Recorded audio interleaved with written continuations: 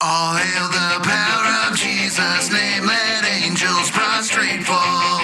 Bring forth the royal diadem and crown him Lord of all.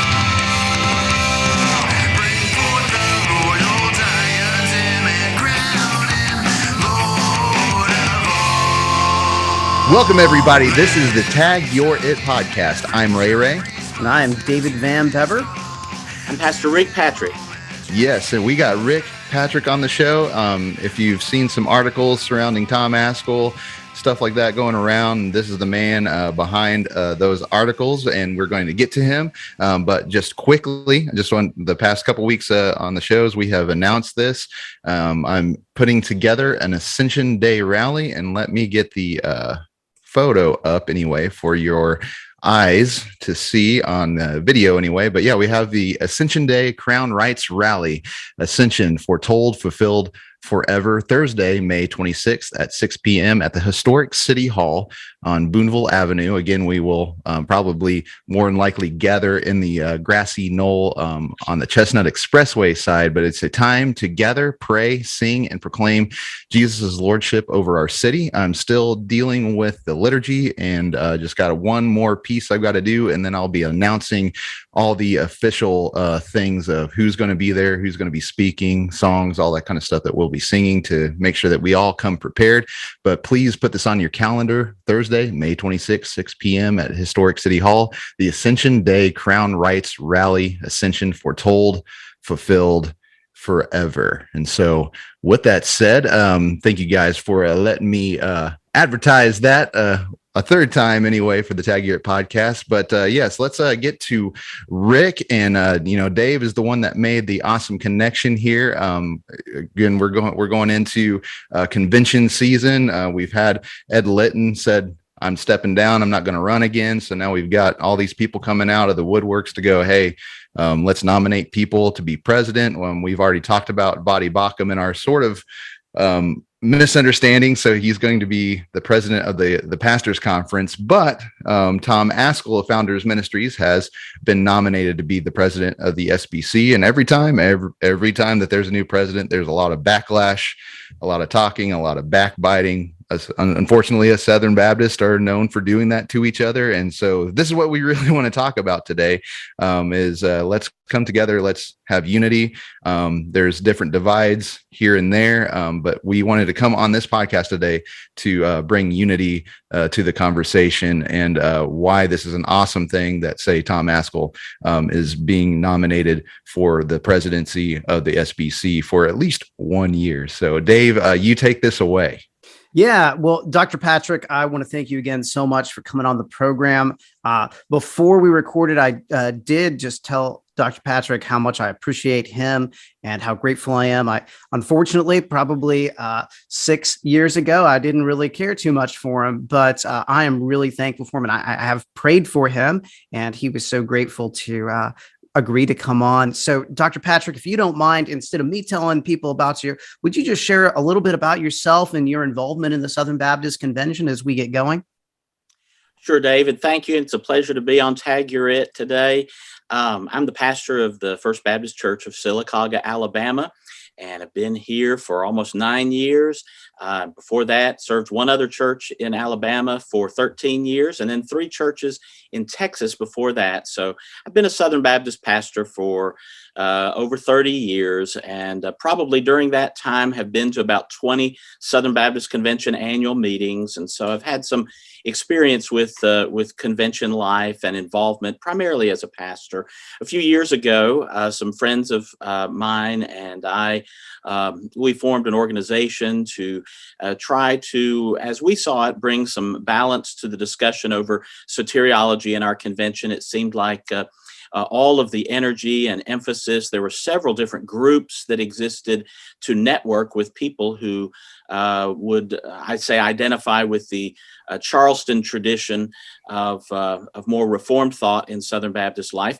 There was not really an organization united to speak and to network and to share books and ideas with like-minded people whose preference was the Sandy Creek tradition. And so we formed an organization to do that, and I was involved in that for about 5 years, and also was involved in writing some blog articles and editing a blog for a time.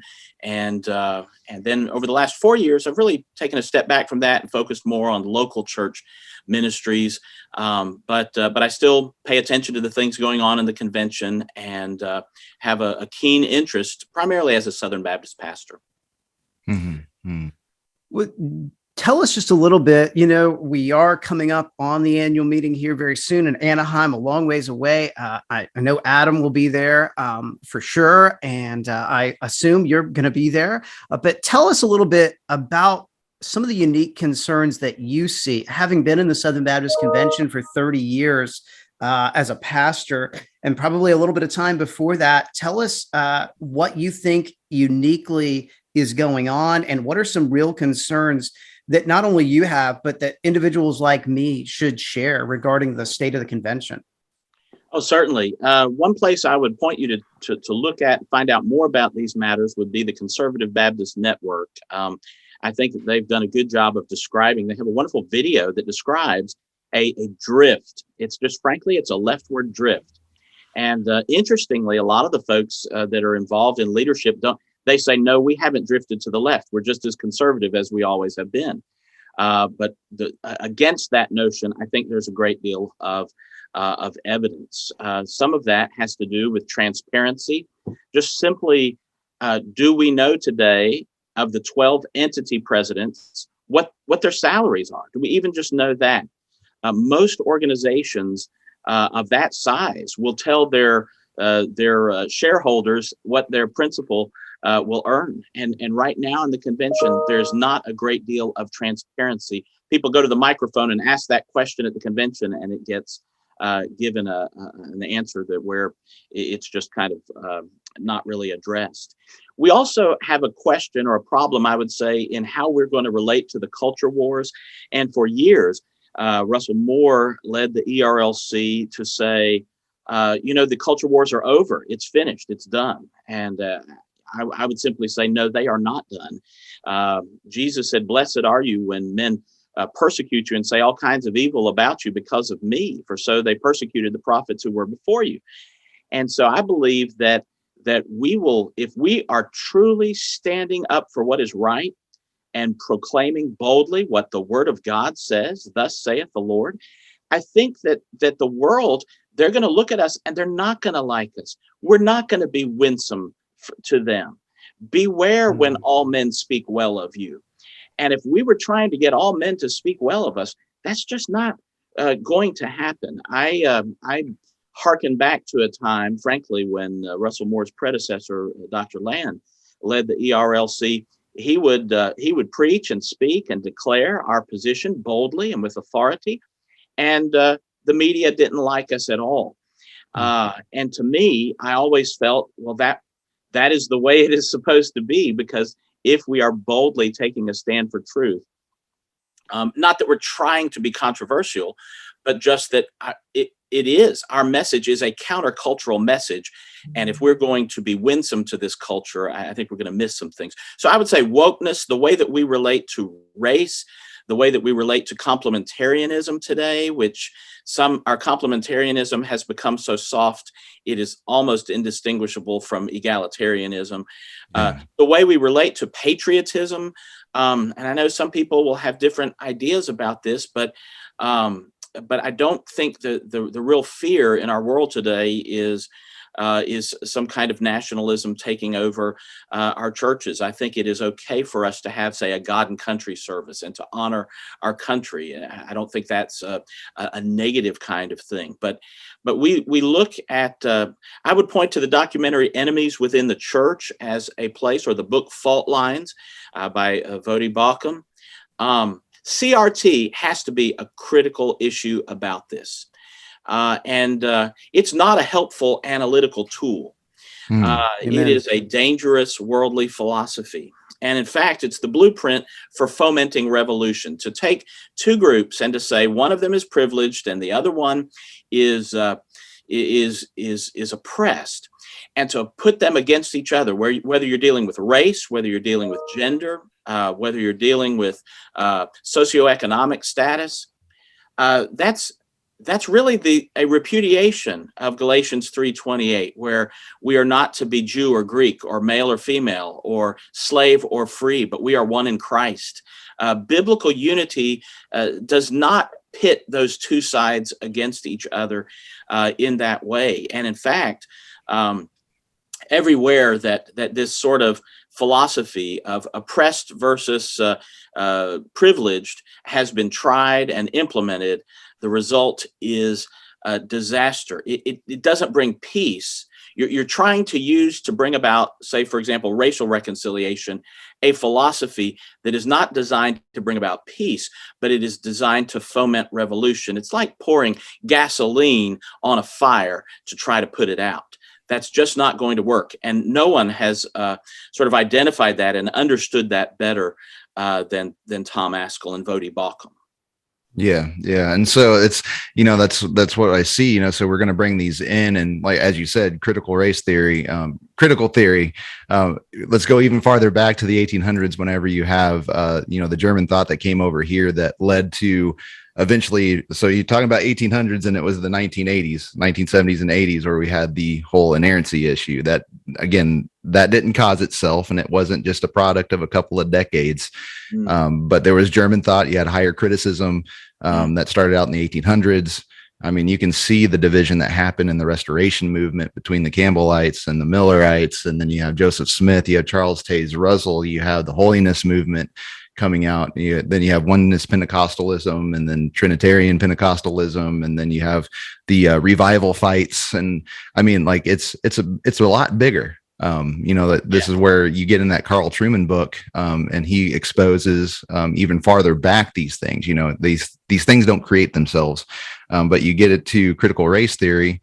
We want it, the convention anyways talked about it. We want it as analytical tools and stuff like that, but it seems to be a way to end up demolishing the structure that's already there, right? So we want to get rid of the SBC if they don't meet the demands, and it's the demands of the same guilt manipulative nature of the worldview that critical race theory puts together. And so, the thing with me is I'm a part of an Acts 29 Southern Baptist connected church. We're Reformed, and you see a lot of young bucks. We don't own the denomination. We're kind of the SBC is kind of like thing that we still are a part of for certain reasons. Maybe it's an appendage or whatever. But when it comes down to, you see all this fighting, it's just like, just let it go away. And it just seems to be like a very apathetic denominationalism.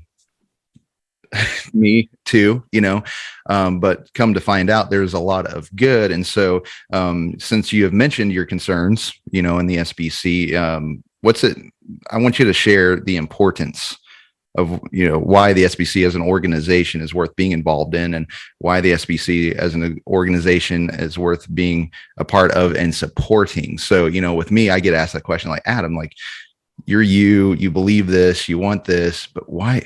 Like, it just doesn't seem to jive. When people look at me and hear me, they're going like, why is the Missouri Baptist Convention like so important to you? Why are you involved in this? Why is because I'm sitting here, because everybody's sitting there kind of going like, I've been involved in it, and it's an old boys club and all this stuff, but I'm just sitting there going like, I'm critical race theory tells you to destroy things. And I'm like, Martin Luther had the right idea. He wanted to reform the church, not blow it up.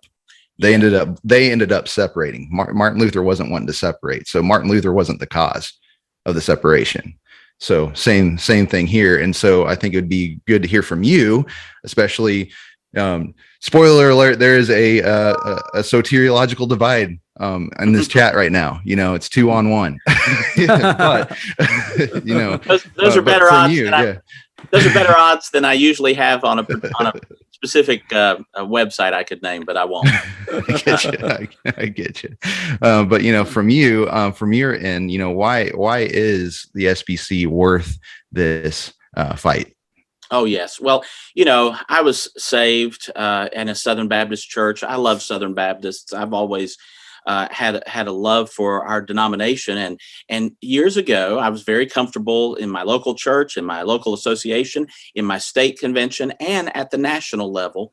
But about 10 or 15 years ago, I started to get to the place where, at the national level only, I started feeling a little bit out of place. And it might have been with the rise of Mark Driscoll's popularity and some of the emerging church movement issues and some of the ideas that were coming along then. And so at the national level, I started feeling a little disconnected more from Southern Baptist life. Still great at the local association, still great at the state convention. I'm comfortable in my own church. I love Southern Baptist. But at the national level, it felt a little different. It felt like it had been it was just different. And I would say all of the entities, I think, and their leadership became different. But the thing that one of the things that I would like about it, I agree. I think we need to fix it. A lot of people are tempted to just run away, just leave the convention, just let it be. And I would say, well, no, I don't think that I should have to run away from something that has been important to me and means a lot to me. In the Southern Baptist seminaries, we educate 1 out of every 9 seminary students in the country, not just Southern Baptist students, but 1 out of 9 seminary students, period. That is an extraordinary influence. The largest missionary sending body among evangelical churches is Southern Baptists. We have a lot to commend ourselves in terms of our giving and our supporting and our working together, and all of that is good.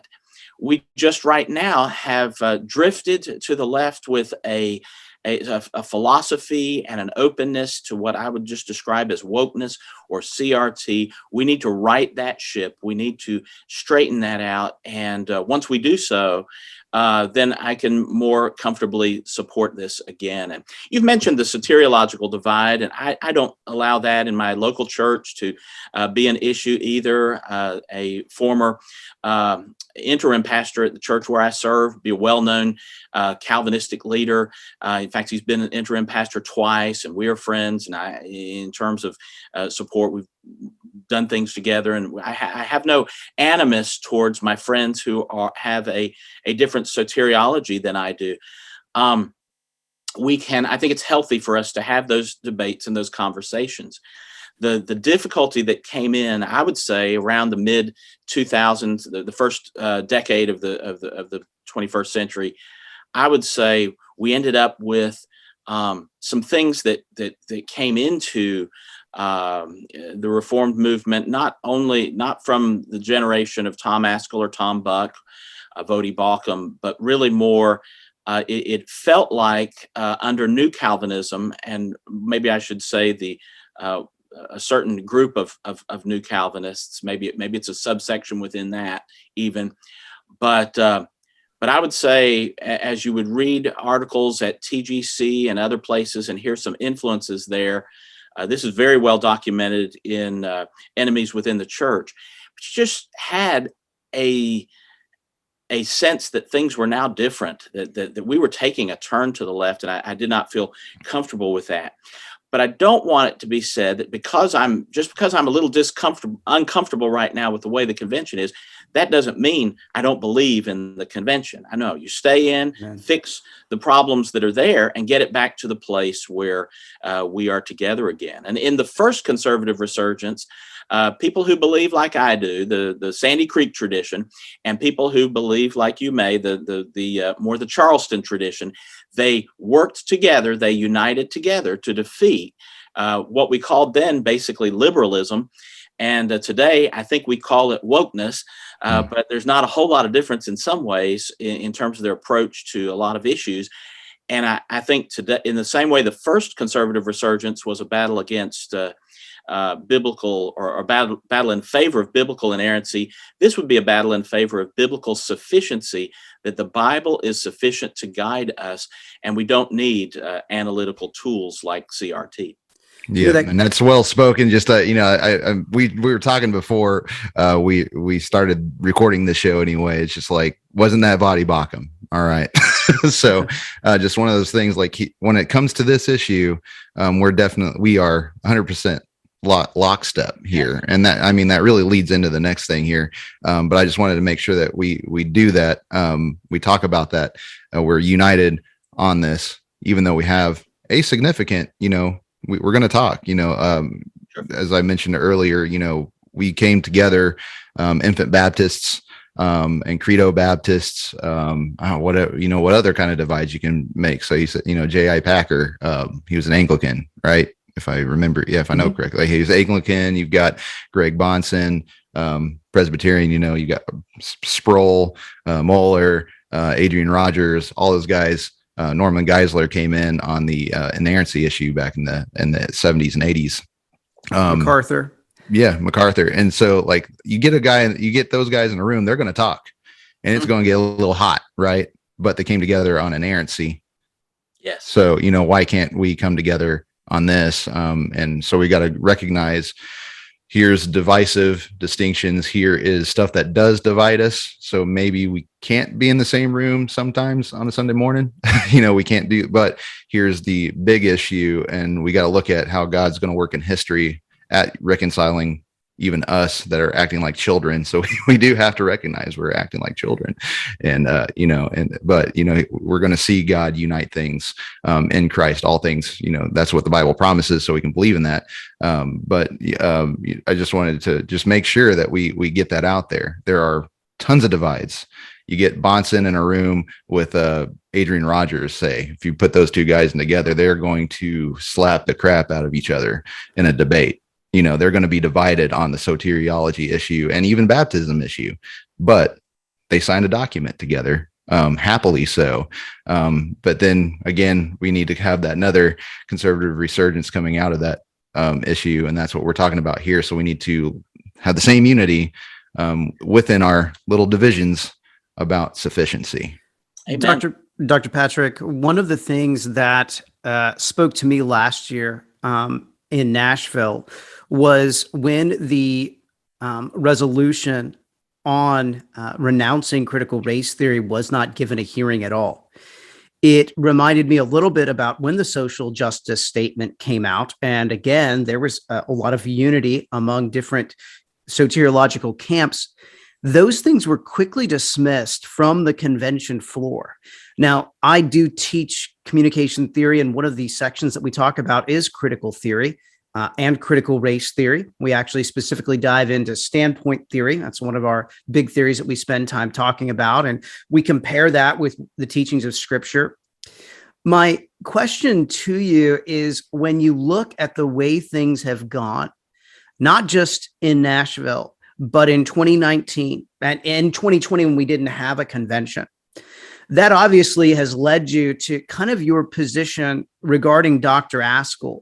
So maybe you could walk back just a little bit for us, your interactions with Dr. Ascol and founders, and how that moved from, I wouldn't say animosity, but definitely you had division. I think generally, for the most part, there were times when it probably got a little bit more tense.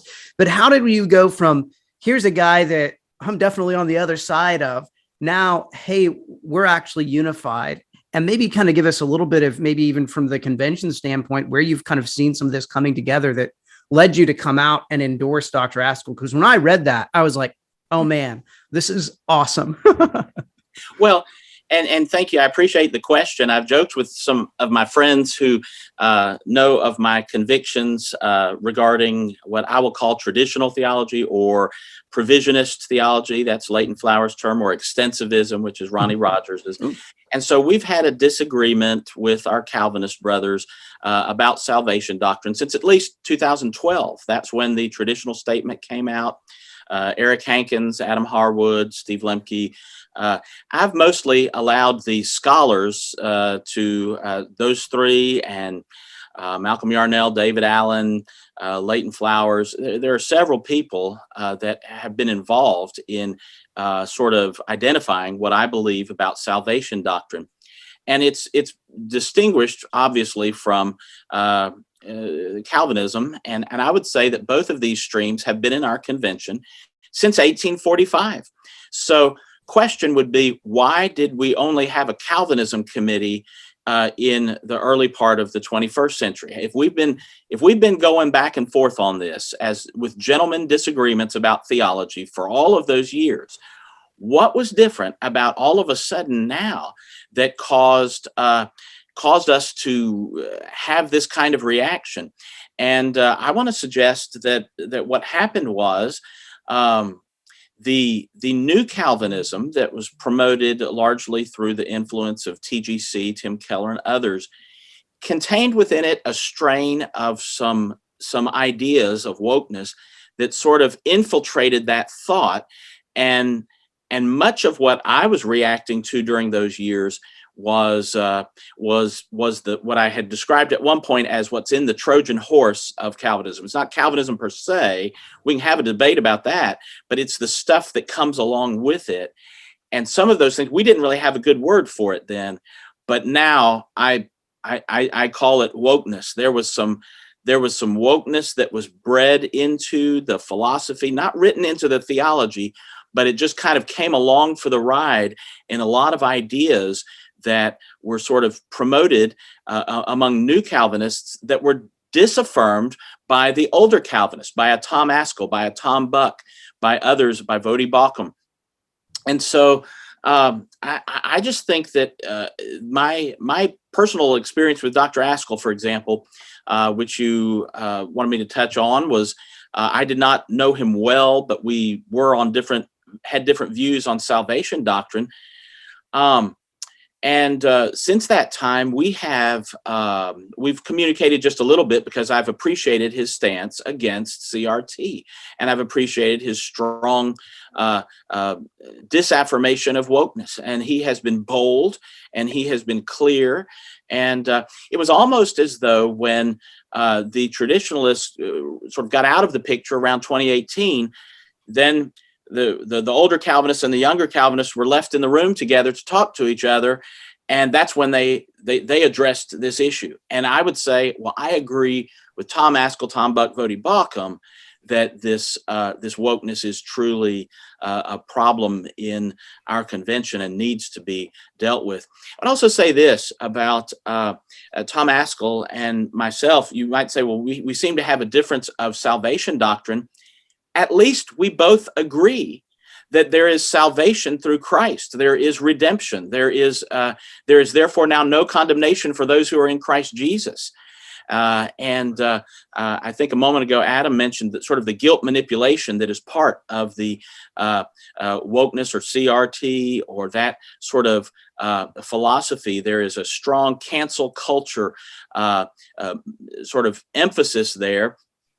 And there is no salvation under, if you will, under the wokeness religion. If I have privilege for the color of my skin, I can't wash that off in the shower. There's literally no way to get rid of that, to expunge that. If I have privilege or in some other way, there's nothing I can do. There's no societal repentance and plan of salvation. If the sin is the sin of the whole society rather than the individual, then systemic sin of our society cannot go down to the river and be baptized. Systemic sin, the whole society has no plan of salvation. We are eternally locked into a place where we are stuck and we are sinners and there's no way out.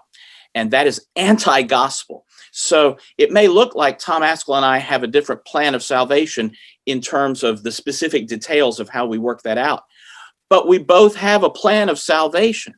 And under wokeness, there is therefore now only condemnation for those who are under wokeness. There's no way out of that, and that is anti-gospel. So Tom Ascol and Vody Balcom understand this better than anybody, really, and they're going to do something about it. And I've told folks, it's like if your house were on fire.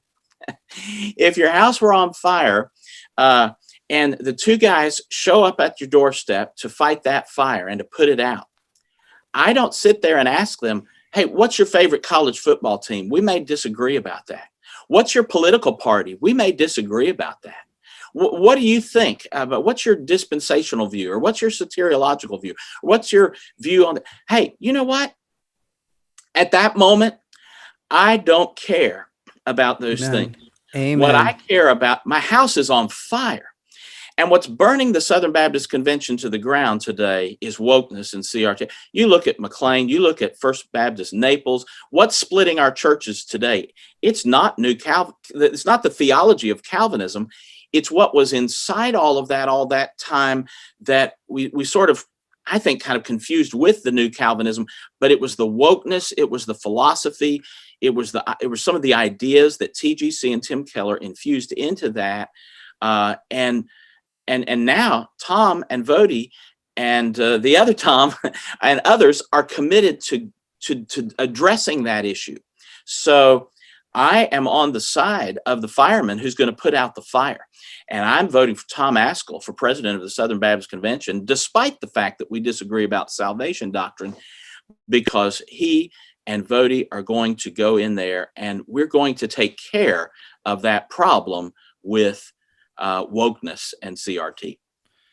Yeah, and so yeah, I think another good question that's not on the list anyway is, we're saying that, we're putting up these guys, hey, these guys are the ones that are going to clean up things, and so that's a lot of campaign promise, right? It's a lot of marketing or whatever. What can the president of the SBC do to be able to do this? Like, in reality, what should people be able to actually hold a president accountable to something? Because I mean, this is a lofty thing. This is pervasive. We've seen it already in the fact that it goes in pretty easy at the end of a convention with like 2 minutes of a vote. Just let's throw it in there, and it's going to take what's it going to take to get it out? What can a president actually do so that we can actually hold them accountable to some sort of standard? That's an excellent question. And one of the things he can do is he can raise certain issues and make issues of things. He can make an issue of the fact that in many of our trustee systems, for example, and I don't know that he will necessarily do this. This is more part of another campaign from a different candidate. But the trustee system, when we elect trustees, we're voting in that room, and we don't really know all of those names. We don't know those people. I don't even always know the ones from my own state. I certainly don't know the whole slate. So we elect those trustees and we say, well, they're accountable to the convention. Well, they don't even know those people. So how accountable is that? You say, well, even if you get into that trustee board system, do all the trustees hold the entity president accountable? Well, no, not really. What happens is they manage those meetings in such a way that there's going to be support for what they have within that is a trustee trustee board. And you don't get onto that trustee board unless you are solidly with that entity leader. So maybe only those people know, for example, what someone's salary package might happen to be. And that's how we got a situation at one of our entities where one person essentially gave a severance package of over $1 million to a Southern Baptist Convention president, entity president. And so, I think we're not in control of the entities any longer. I don't think the convention controls those entities as much as we may think we do because of that trustee system existing the way that it does. So you say, well, how do you straighten that out? And the way we did it years ago in the first conservative resurgence was that the president appoints that next committee, the committee on committees, I think, then that elects the committee on nominations, believe it or not. And then those are the folks that actually nominate the trustees for each of those entities. So it is it is possible to use the office of the presidency to steer the ship in another direction. But you're right, it won't be immediate. So what can Tom Ascol do? He can make appointments that are consistently anti-woke. They are not even tolerant of wokeness and CRT. They want no wokeness at all in our convention. So that, for example, at one of our seminaries, when a professor who taught Hebrew for years, wrote the book on Hebrew, would raise his hand and say, I have a problem. I support the Dallas Statement. I think there are some concerns here with wokeness and with CRT, and we have some professors here on campus that are in favor of that sort of thing.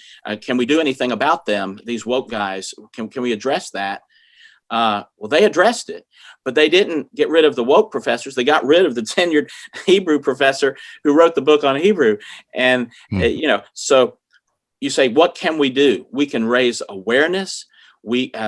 Tom would be in a position as the figurehead to shine the light on some of these issues and get some things done. I think there's value in having that office. Give the man a microphone. He is smart and he is articulate.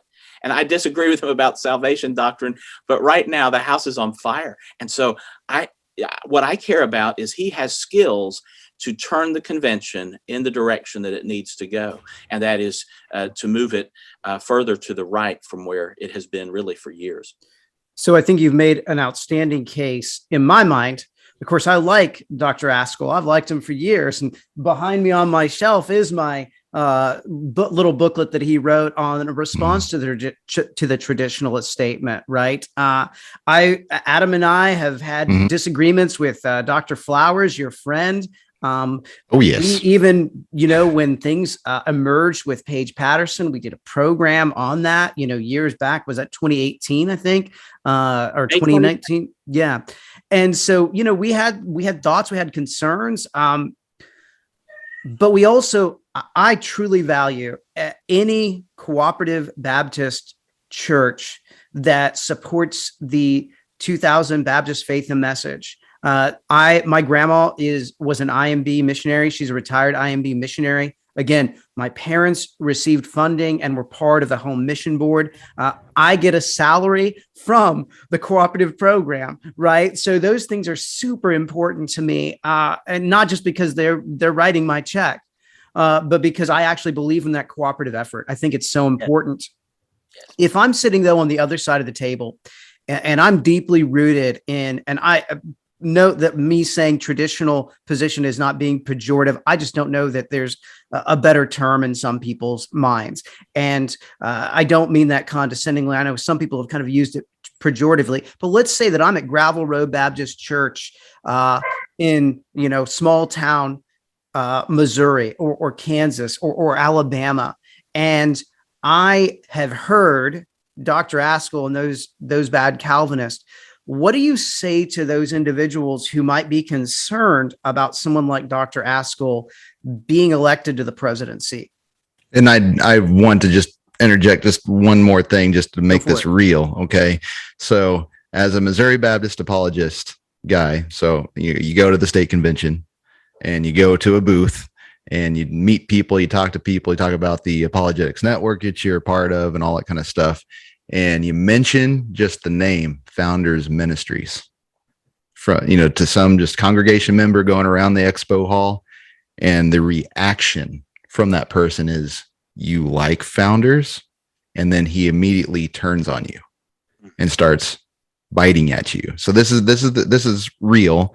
And this is with the lay people. So this is a very important question. So I just wanted to interject that there's an experience that I can say, Founders Ministries does raise the blood pressure just by saying Founders Ministries. And I can say real quick, I'll give you my personal. When I was elected to the trustee board at Southwest Baptist University, no joke, no one, just like many times the trustee elections, people are just, when my name got mentioned, it was Van Beber. He's a Calvinist. And literally the president of the Missouri Baptist Convention had to say, wait a second, no, Van Bever's a good guy who believes the Bible. What do you say to those folks who would easily dismiss? And I I'm not angry at any of those folks. I think that it's really important to have an understanding of your soteriology and to recognize that, hey, there are some distinctive differences. But I obviously don't think we're playing on different teams, because reaching out to you and you mentioned Malcolm Yarnell. I know Malcolm Yarnell was very impactful in one of the professors from Midwestern that was impactful in my life, and that was Dr. Umstadt, right? And I know Dr. Umstadt is not a Calvinist, right? So what do you say to those folks who would be concerned because they know of Dr. Ascol's strong convictions regarding this? Well, there are not many people that would be accused of disagreeing with Calvinism more than I do. So I can say with some degree of frankly just humility and just awareness of the reality of our present situation, we have got to come together, Reformed and provisionist, extensivist, traditionalist, whatever you want, whatever label you want to use for the Sandy Creek tradition in Southern Baptist life. Sandy Creek and Charleston, those two traditions need to come together like we did during the first conservative resurgence, and we need to unite forces to defeat the ideologies of liberalism, of wokeness, frankly, of cultural Marxism. We need to be able to come together and let our justice be biblical justice. Let our approach on race be a biblical approach to race. Let our approach to women in ministry be the biblical approach to women in ministry. Let our approach to any number of issues, CRT is just one of them. But let us come together and realize that the greater concern right now is not our gentleman's disagreement over salvation doctrine. We've had that since 1845.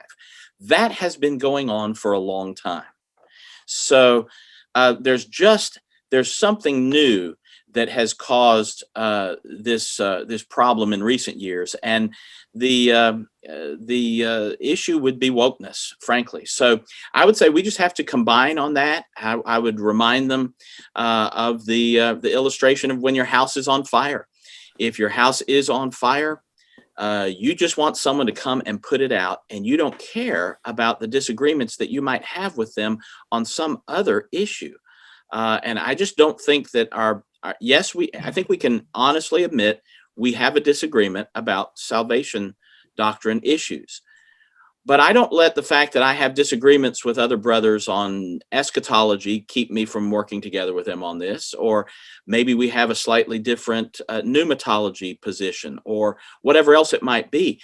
I'm not going to let that get in the way of addressing the thing that is burning our convention to the ground right now. Amen. And that is this strong leftward drift due to wokeness and CRT. So we can unite together. And what I would say to that person is, Tom and Vody get wokeness. They get CRT. They understand it, and they can articulately fight against it.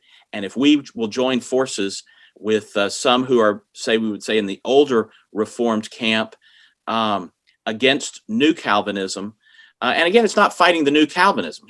Tom's not Calvinism fighting Calvinism. He's fighting the wokeness that has crept up within it. He's trying to purify that. So I see that.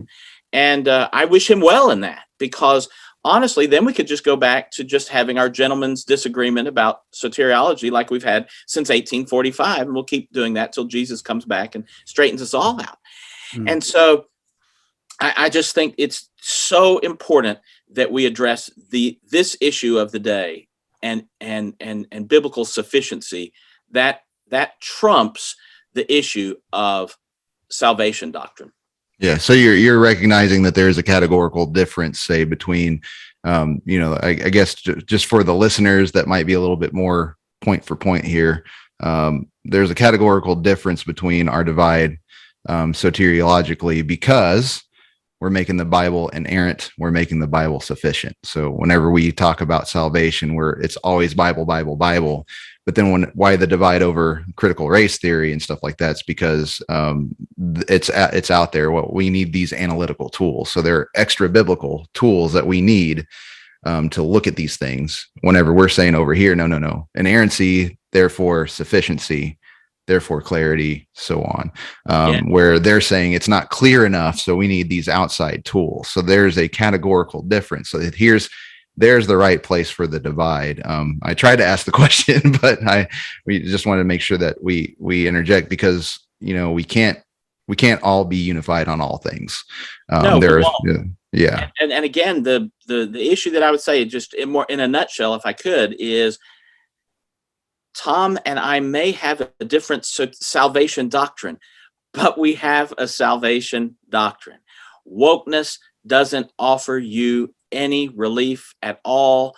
If you are in the privileged category, you cannot wash that off. You cannot wash that.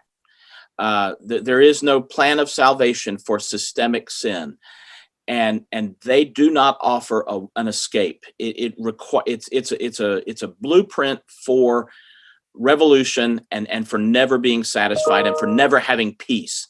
And so if we want peace, we can't embrace a philosophy and really a religion. You can make the case that wokeness is a religion. You cannot embrace one that offers you no salvation at all. So Tom and I may have a different salvation doctrine, but they're both within the Baptist faith and message, and they're both rooted in the Bible, and we believe there is one. Wokeness offers you no salvation at all. It's just cancel culture, and we need to shout from the rooftops that Jesus cancels sin. He does not cancel people. Amen. And there is redemption and grace and freedom in the Lord, and that is our message, and that is our gospel. And what has been creeping in is anti-gospel. Dr. Patrick, we're so thankful for your time, and please don't let us abuse it by any means. I want to jump one of our questions in our list, because I think this is a really important one. What do you see going down in Anaheim here in June? Not that I'm asking you to be a prophet. We talked about differences in our pneumatology. I bet we're probably pretty close on that, actually. Yeah. But if you were going to what do you see happening? What are some of the things that you think are going to occur? I mean, based upon your experience in the past, and even based upon, because what I saw in Nashville was exceptionally problematic. Do you see a similar thing? What's the game plan going in? What should someone like Adam expect when they get there? Well, I've gone to all of these conventions, and I will tell you this. I think what's going to come out later this month is going to be a report on sex abuse in the convention. They wanted to go back 20 years with that. I predict that will be a report that will be very embarrassing for the right side of the convention, unfortunately. I think that based on how that came about, the way that it was done, the people that were involved in doing that report, I think we should brace ourselves for something that will come out that will be very embarrassing to the non-woke side of the Southern Baptist Convention. I think they will try to orchestrate at the convention times of fervent prayer and, we've got to deal with this issue. And I think in the same way that the convention for the last few years, it's been all about sex and race. And I just kind of want to get back to what about Jesus and the gospel and spreading Christ, but it's been really focused on sex and race. And I think that can be a distraction. I think those at that level, I call this the theater of the convention. They have a lot of ability to, if you've ever noticed, someone will be at the platform with the shining lights, and they're a very articulate speaker, and they'll say something.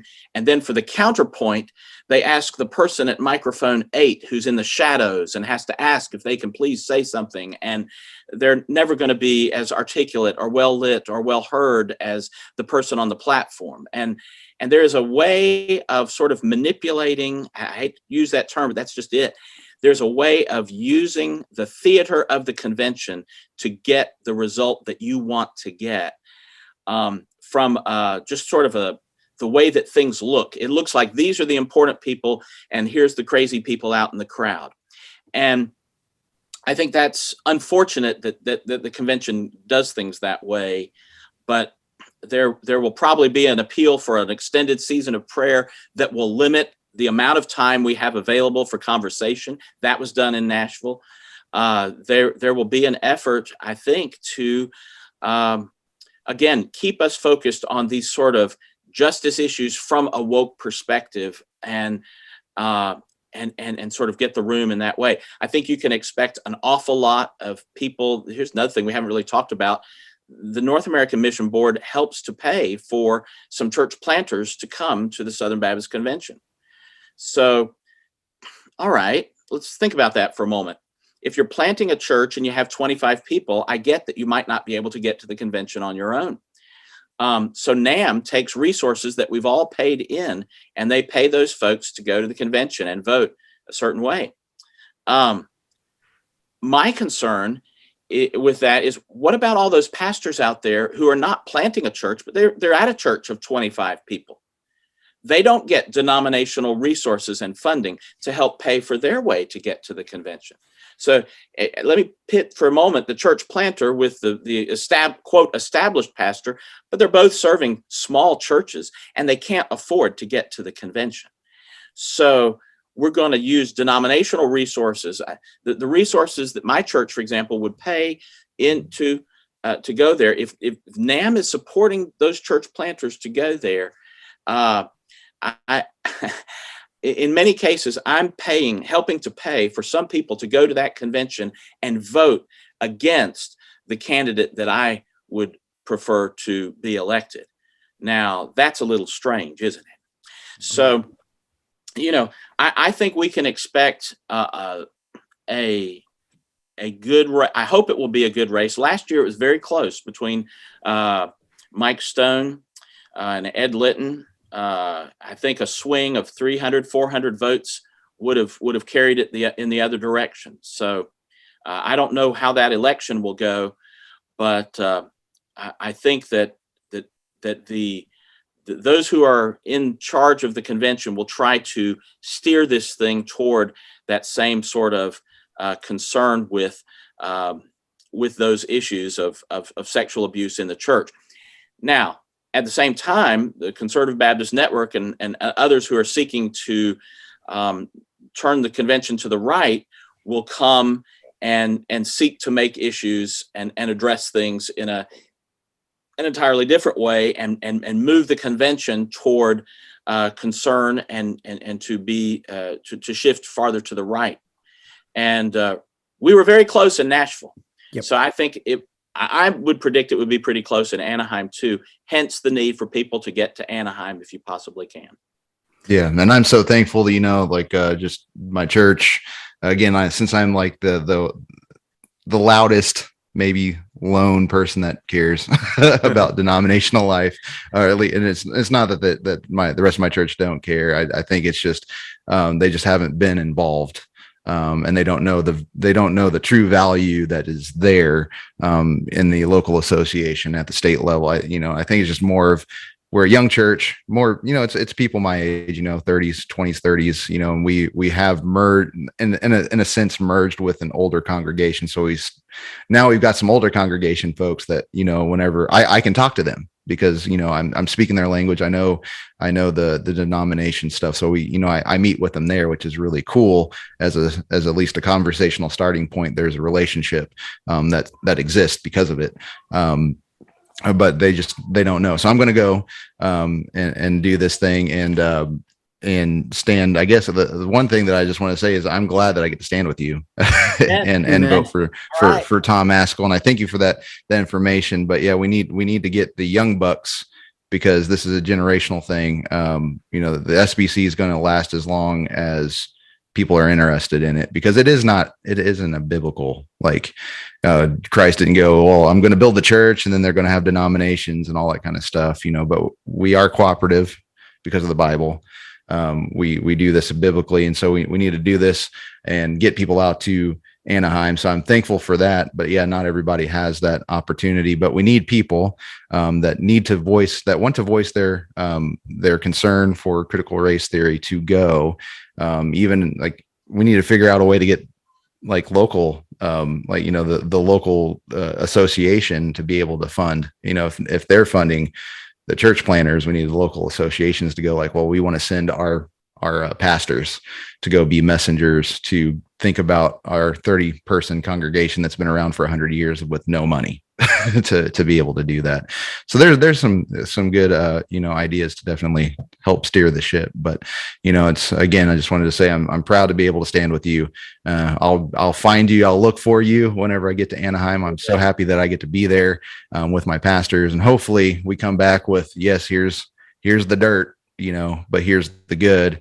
And, hopefully, my church, we continue to grow in our relationship to our local association, which is a lot easier, than the state, and then which is a lot easier than the national convention, as you've already kind of, put out there as your discomfort with the national. I'm just as uncomfortable. So, we both share uncomfortability within the national thing, but it's a big thing. And I just wish it were actually almost bigger, so we could actually ask maybe Vadi Bakum to be actual president at some point after Tom Ascol. But that's a unique issue in and of itself. Vodi was sent overseas by a Southern Baptist church as a missionary. He went to Africa to minister. Mm-hmm. Now, and in doing so, somehow along the way, he's no longer eligible to serve in office. Now, when he went to the field, he united with that local church there and became a member of that church. And our churches on the field are not Southern Baptist churches. None of them are classified that way. So now some missionaries believe that their letter still resides with their sending church, and they view themselves as a member of that sending church. Vodi happens to be in the other category where he says, no, when I joined this church on the field, I joined them, and therefore I'm no longer a Southern Baptist. Now, for this, he is now considered not to be Southern Baptist, even though he's been a Southern Baptist pastor, Southern Baptist author, a Southern Baptist evangelist, Southern Baptist missionary, a Southern Baptist seminary president or seminary president overseas. And he's done all of this and is eminently qualified. And what does he do over there? He works with pastors and he helps with preaching and edifying them and building them up, which is exactly what you want in a pastor's conference president. So for folks to say that he can't serve in Southern Baptist life, I feel like there ought to be some kind of consideration made to the fact that this is a Southern Baptist who went on the mission field answering God's call.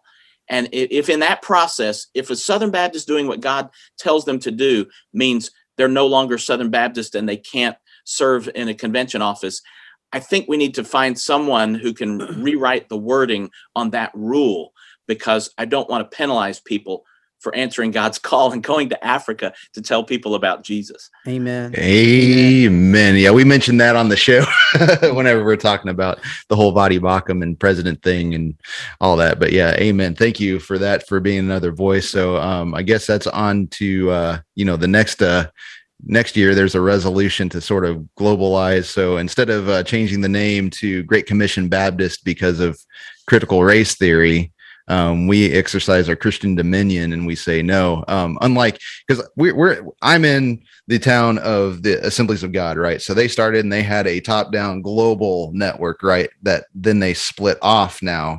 So each country now has its own Assemblies of God. Instead of having an international headquarters, now you've got a national headquarters where they've established. And it's like the Baptists are doing like the biblical thing of starting from the bottom up. And now we're up to that point. We have so many Southern Baptist churches in the world. How are we going to deal with them? Do they get representation? If we're going to do this representative democratic sort of thing, why aren't they included? And like Vadi Bakum, man, he's just a wrench thrower, dude. And he could be the wrench that we throw into the machine to go like, we've done this bottom up, and just think about where we're at now. We've got churches all over the world. The Southern Baptist Convention has done the Great Commission work, and now we need to make a bigger tent. To me, that shows. Oh, sorry, go for it. No, I'm sorry. I was just going to say one of the things that would really help in this is if we could have the opportunity for our churches to have messengers remotely. And I know that is something that is being considered. It's been proposed. Everyone always says, no, we can't do that. We can't do that. But, if American Idol or any of these shows, you can vote on your phone. You can be anywhere. And there has to be a way to make sure that people are credible, that they are genuine messengers and can participate in that. They can communicate remotely.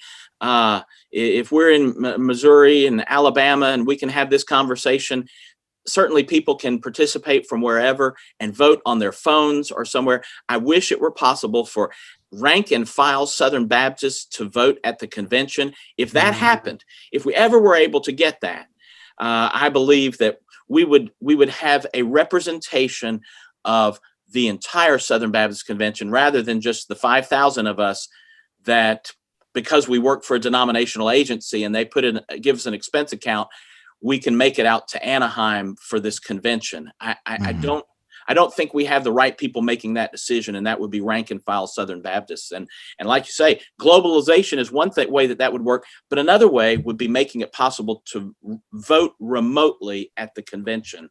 That would solve, I think, a lot of these problems. Amen. Dr. Patrick, we are really grateful to stand beside you and to encourage people to vote for Dr. Ascol. Amen. I'm grateful for your ministry. I'm grateful for your faithfulness to the gospel. And I'm grateful for the way you have in humility demonstrated just a desire to work beside others. I appreciate you greatly. And I'm thankful that you'd come on our program. I'll be praying for our messengers as I will not be there this year, unfortunately. But I'm so thankful that we've had this chance to sit down with you. I want to open. You are welcome to contact us. We'd love to have you on again. Hey, let's hope after the convention we can sit down sometime and have a brotherly and gentlemanly conversation sometime on soteriology, and you can bring your good buddy Dr. Flowers on. Yes. But right now, if Dr. Flowers is back in Ascol, man, I am with him. And by the way, I know he faithfully preaches the gospel too, and I'm grateful for his ministry and desire to see people defend the faith. And I know that he does. He spends great amount of time making sure that the next generation is raised up that way. Say all those things very sincerely. But we want to be good with your time. We asked for an hour of your time, and we've taken a little. You've been so gracious to give us a little more of that. Yeah. So we will wrap things up, and Adam will remind us again real quick on we went through how we were going to end, but I'm going to hand it over to Adam. Oh, we're just going to end it. We're going to see the good memory anyway. But just to let you guys know, this is a part one almost of what's going on Tag Your It. So on the 17th, whenever you wake up in the morning and you grab your cell phone or your iPad, hopefully you're going to see, hey, there's a new Tag Your It podcast. And that Tag Your It podcast will be with Dr. Tom Ascol. So just to let you know, we're going to actually have him talk things on the show. But this is kind of like a cool precursor, especially coming out of the fact that we have talked about a Dallas County pastor that is on a warpath of division over the soteriology issue. That still, just to put it out there for you guys, still no contact. There's a little secret I got. Maybe that'll come to fruition in the future where I can let some secret go, but maybe we can make a conversation, a gentleman conversation happen out of that for the podcast. But I want to let you guys know on the 17th, Tom Ascol will have that uploaded. So we're recording it on the 16th. So pray for that. And that it's a awesome opportunity to have Tom Ascol on the Tag Your It podcast for you guys to go, here's the issues. Here's Tom Ascol.